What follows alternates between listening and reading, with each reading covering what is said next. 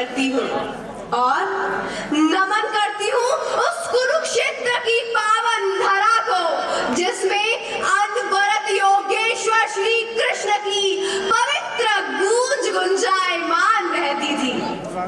मान्यवर, प्रश्न यह नहीं है कि गीता मुझे पढ़नी चाहिए या गीता आपको पढ़नी चाहिए।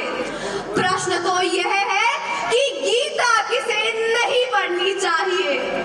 गीता तो आज हर मानव की जरूरत बन गई है।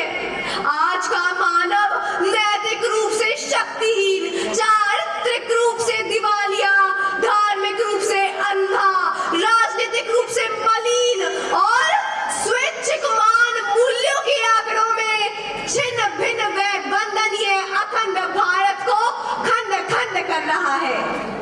महोदय, इन सब वैतरणियों से पार उतरने का अगर कोई साधन है तो वह केवल केवल केवल श्रीमद् भगवत गीता है।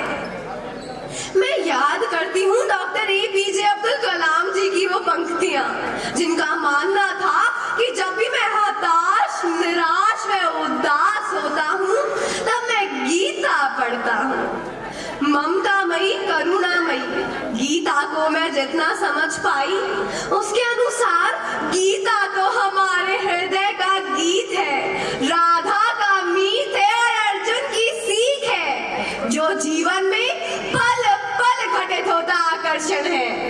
गीता तो सतत अनवरत ज्ञान का प्रवाह है जिसमें डुबकी लगाते ही मानव के ज्ञान के कपाट उद्घाटित ही नहीं होते अपितु मन भी निश्चल, निष्कपट एवं निर्मल हो जाता है। मैं तो कहती हूँ कि जीवन जीने की नई राह है गीता।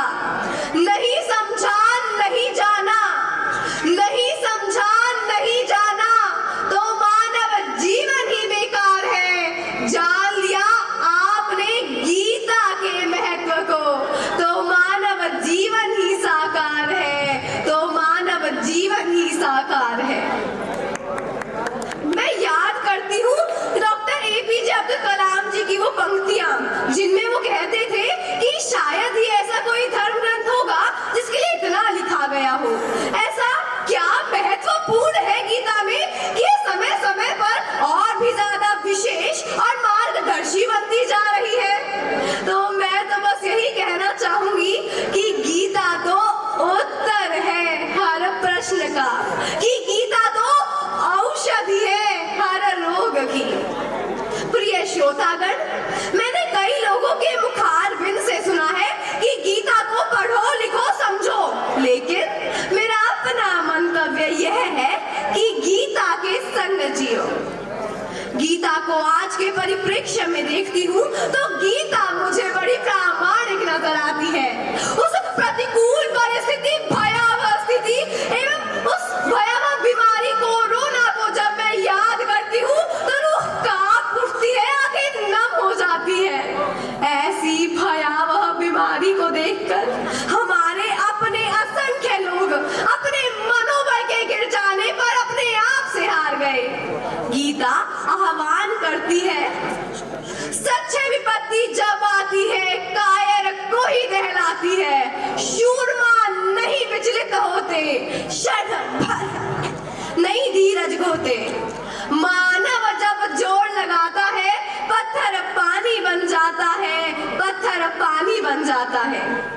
महोदय, गीता के सानिध्य में जो लोग थे उनके लिए गीता ने कल्प तरुवन कर उनके उत्साह को कायम रखा।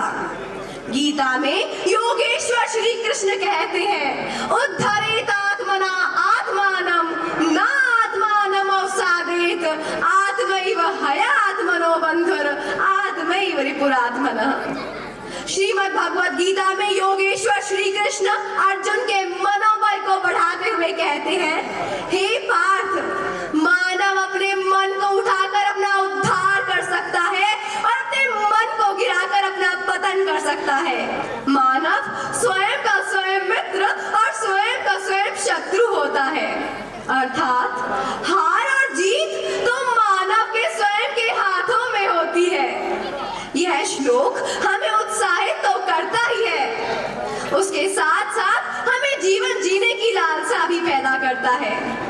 प्रिय श्रोतागण, गीता के प्रभाव का मैं प्रत्यक्ष उदाहरण हूँ।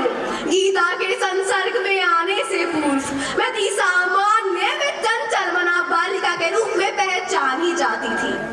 मैं अंदर ही अंदर अपने आप को कोसती रहती कि क्यों मैं कर्म से विमुख हूँ, क्यों मैं ज्ञान की प्राप्ति नहीं कर पा रही, क्यों मेरा मन आध्यात्मिकता की उपेक्षा कर रहा है।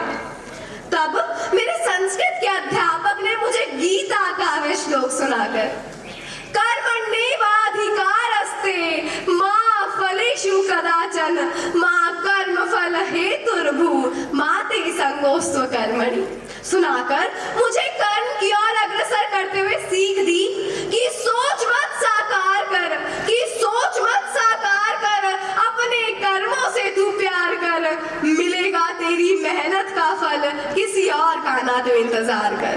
बस भगवान श्री कृष्ण की वाणी को जीवन में तू स्वीकार कर, धन्यवाद। जय श्री कृष्ण। बहुत बहुत धन्यवाद। बहुत अच्छा प्रस्तुतिकरण रहा इस बेटी का।